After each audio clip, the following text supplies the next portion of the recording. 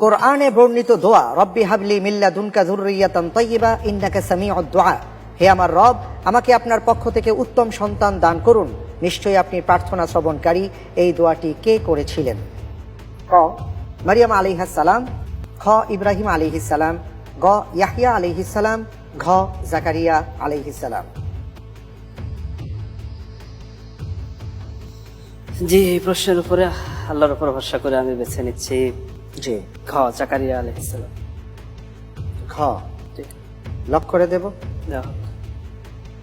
আপনি সর্বশেষ উত্তর দিতে যাচ্ছেন, জি, আমি কি লক করে দেব? আল্লাহ ভরসা। ফ্রিজ করে দেয়া হোক ঘ জাকারিয়া আলাইহিস সালাম।